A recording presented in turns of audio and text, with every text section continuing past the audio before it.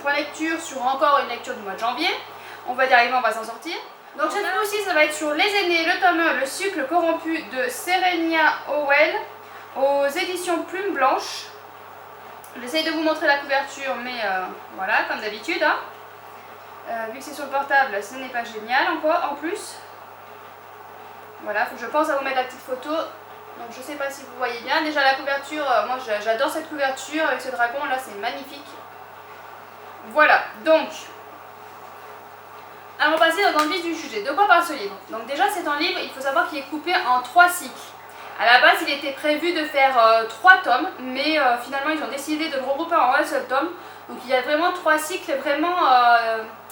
ils sont vraiment différents les uns des autres. Ça a vraiment... c'est une histoire différente à chaque cycle. Donc dans le premier cycle, on va suivre Daenor qui a été appelé, parce qu'il faut savoir que les aînés, donc les dragons, font des appels et quand on les appelle, il faut absolument, on est obligé d'aller les rejoindre dans une tour pour avoir un apprentissage pour devenir peut-être un maître des aînés. Voilà. Donc Daenor a été appelé, donc il va se rendre dans cette tour, il va suivre des cours, enfin comme plein de gens, jusqu'au jour où il va être amené à devenir un maître, et il va être le maître de Astaroth.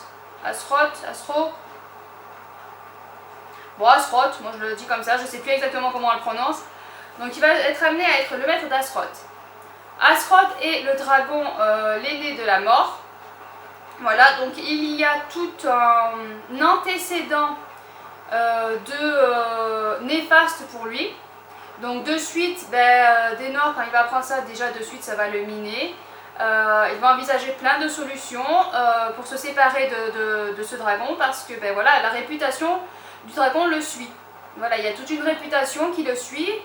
Mais bon voilà, donc ils vont essayer de se lier l'un l'autre pour essayer de se changer l'un l'autre. Enfin voilà, on va les suivre. Je ne veux pas en dire plus parce que je ne veux pas dévoiler non plus tout ce qui s'y passe. Honnêtement, j'ai énormément aimé ce cycle 1. J'ai beaucoup aimé suivre Astaroth. Honnêtement, je pense que c'est un dragon qui m'a le plus intéressé et auquel bizarrement je me suis le plus attachée. Voilà, j'étais très attachée à ce dragon. Et voilà, je sais pas quoi je dis mais en fait voilà, c'est très intéressant de voir ce que les préjugés peuvent provoquer. Voilà, il y a beaucoup de choses qui vont découler par rapport aux préjugés, par rapport à ce qui s'est passé avant.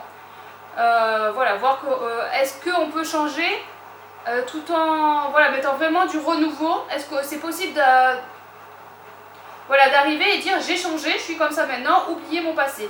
Est-ce qu'un être humain est possible d'oublier le passé de quelqu'un?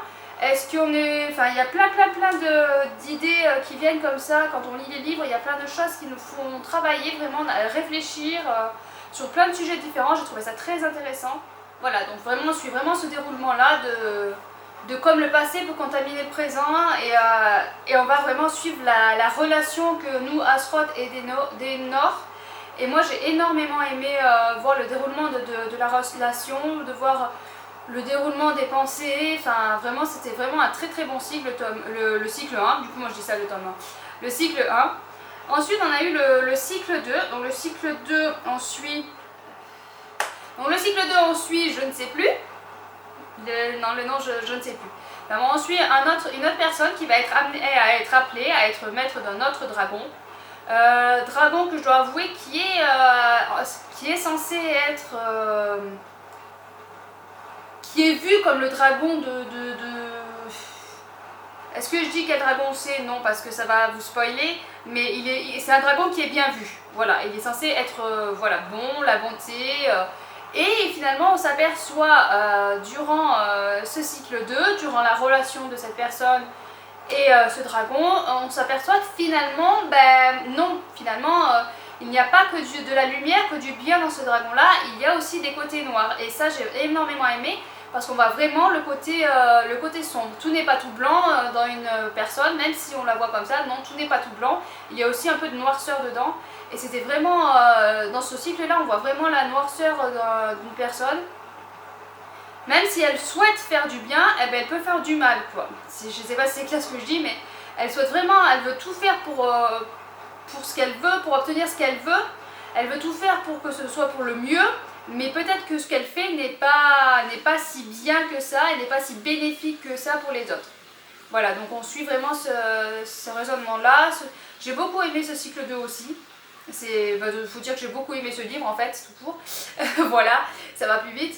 Et ensuite on passe au cycle 3 qui, je dois avouer, a été un peu plus très intéressant, mais a été un peu plus dur à lire. Donc voilà, c'était très intéressant mais un peu plus long à lire parce que en fait on découvre dans ce cycle 3 le début des aînés. C'est-à-dire qu'on va voir le commencement du monde, comment comment ils ont été créés, ces aînés, comment ils ont évolué tout doucement. Et on voit vraiment tout les prémices, tout le début de ce qui s'est créé. Donc c'est très intéressant, mais c'est vrai qu'il y a des moments où j'ai trouvé ça un peu long. Parce que, je sais pas, pourtant c'était très intéressant, mais c'était un peu long. Voilà, mais sinon j'ai vraiment beaucoup aimé aussi découvrir comment ils ont évolué en fait pour en arriver où on en est dans le cycle 1 et le cycle 2. On voit vraiment le tout début et c'est vraiment, vraiment c'est génial. Et du coup on voit l'évolution de leur mentalité, l'évolution des pensées, l'évolution des relations. Enfin, on a vraiment tout un panel de sentiments, de recherches. Enfin, j'ai vraiment énormément aimé ce livre en fait.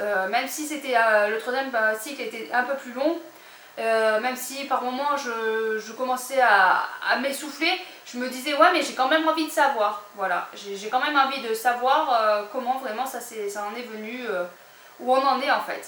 Enfin où on en est dans l'histoire. Voilà, donc en résumé, j'ai énormément aimé ce livre, j'ai trouvé ça très intéressant, il aborde des thèmes très importants et intéressants aussi, donc c'est une excellente lecture. Je ne sais pas si je le mettrai dans les 5, je pense. Je pense fortement, lui il pense du côté des 5, mais il y en a beaucoup qui pensent du côté des 5, donc je ne sais pas comment je vais me dépatouiller. Mais voilà, il fait vraiment partie de l'élite, de ceux que j'ai énormément aimé. Et donc, il va falloir que je fasse un choix, hein, parce que je l'ai lu dans le cadre du clip, hein, je ne sais plus si je l'ai dit en début de vidéo, mais donc il faut que je choisisse pour les 5 finalistes ou pas. Mais c'est vrai que pour l'instant il est plus près d'être choisi que pas.